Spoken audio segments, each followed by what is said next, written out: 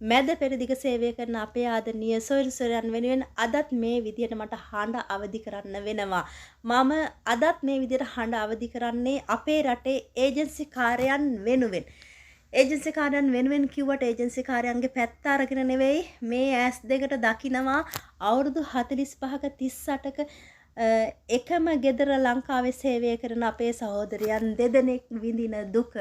ඉතින් ඒජන්සි කාර්යෝ හැමදාමත් බොරු කියලා මේ විදිහට මැද පෙරදිග අපේ මිනිස්සු එවන එක දැන්වත් නවත්වන්න ඕනේ. බොරු කියලා සිහින මාලිගා පෙන්නලා දිව්‍ය ලෝකයක් කියලා අපේ මිනිස්සු රවට්ටලා ඒ මිනිස්සුන්ට දෙන්න තියෙන සල්ලි වලිනුත් ඒ සල්ලිත් හොරන් කාලා සමහර ඒජන්සි මේ මොනවද කරන්නේ?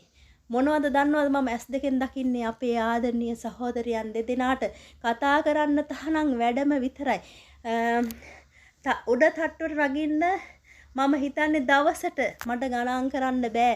ඒක කොච්චර ප්‍රමාණයක්ද කියලා කියන්න බෑ. කතා කරන හැම මොහොතෙම යන්න ඕනේ, එන්න ඕනේ, යන්න ඕනේ, එන්න ඕනේ.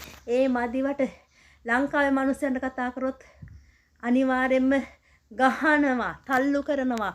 එක දවසක් තල්ලු කරලා බිම වැටිලා කකුලත් ඇද ඇද තමා ගියේ. හැබැයි ඒජන්සි කාර්යයන්ට කෝල් කරලා කියන්නේ මේ මිනිස්සු නරකයි, මේ මිනිස්සු වැඩ කරන්නේ නැහැ කියලා හොඳට වැඩ කරනවා. හරි හොඳට පිරිසුදුව පිළිවෙලට හරිම රසට කෑම හදනවා.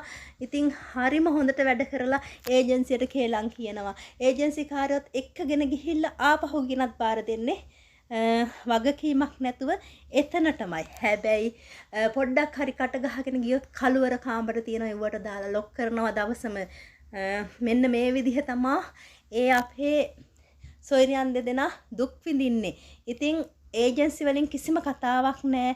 ඉතින් වෙන රටවල් වල වෙන ඒජන්සි වල කිසිම තහනමක් නැහැ කතා බහ කරන්න. කිසිම තහනමක් නැහැ මේ විදිහට වද දෙන්න තහනම්. එහෙම මේ විදිහට මැද පෙරදිග කට්ට කනවා නම් වෙන රටවල් වල ඒජන්සි ඒගොල්ලෝ අරගෙන ගිහිල්ලා හොඳ තැන් වලට බාර දෙනවා. එහෙම ඒජන්සි තමා වෙන රටවල් වල තියෙන. නමුත් අපේ රටේ විකුණන උන් හූරන් කනවා. ඇයි මෙහෙම කරන්නේ අපේ රටේ විතරක්? ඇයි මේ දේවල් අපේ රටේ විතරක් සිද්ධ වෙන්නේ? කොච්චර කිව්වත් පළක් වෙන්නේ නැහැ.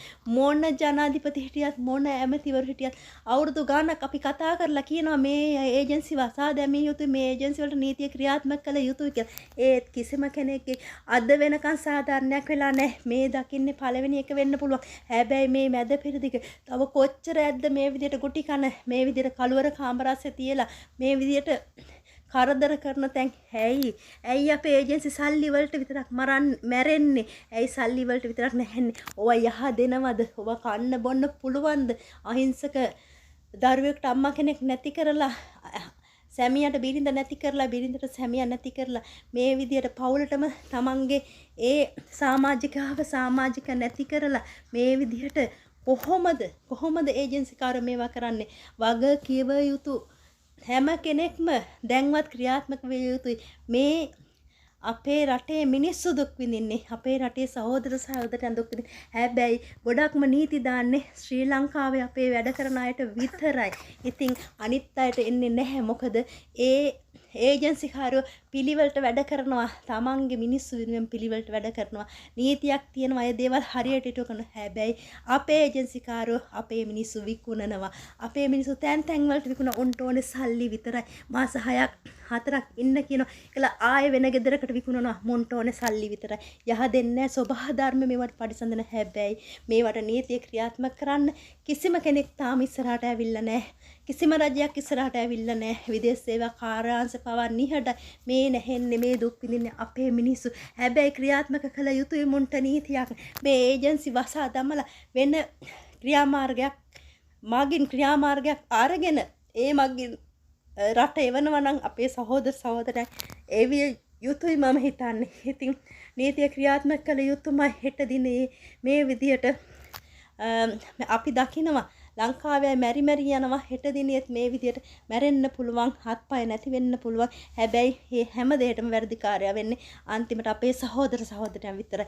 හැබැයි ඒජන්සි කාර්ය හොඳට කනවා බොනවා නටනවා, දිව්‍ය මාලිගා පෙන්නලා අහිංසක මිනිස්සු වැඳ පෙරදි කියනවා. අවසානට වග කියන්නේ නැහැ. එවන් ඒජන්සි හෙලා දකින්නවා. එවන් ඒජන්සි වසා දැමිය යුතු කිසිම පිළිවෙලක් නැහැ, කිසිම වගකීමක් නැහැ, කිසිම සාධාරණයක් නැහැ. ඉතින් දැන්වත් රට ඉන්න මිනිස්සු විඳින මේ දුක් ගැන හිතන්න දැන්වත් ඉස්සරහට එන්න ඕනේ වගකිව යුතු නිලධාරි. අනේ ඇත්තට හෙට දවසේ ඒ මිනිසුන්ට මොනවා වෙයිද? මේක අපායටත් වැඩිය දරුණුයි. ඉතින් මේ විදියට දුක් විඳින හැම කෙනා වෙනුවෙන්ම ඒජන්සි වගකිව යුතුයි. ඒ වෙනුවෙන් කටයුතු කළ යුතුයි. එහෙම නොකරනවා නම් ඒජන්සි වසා දැමිය යුතුයි. මගේ අවසානයේට මම කියන්න කැමති මෙවැනි ඒජන්සි අපි හැමෝම නැවත නැවත වතාවක් හෙලා දකිනවා. මෙවන් ඒජන්සි අපිට අවශ්‍ය වෙන්නේ නැහැ. අපේ මිනිස්සුන්ගේ දුක නොදන්න ඒජන්සි අනිවාර්යෙන් වසා දැමිය යුතුමයි.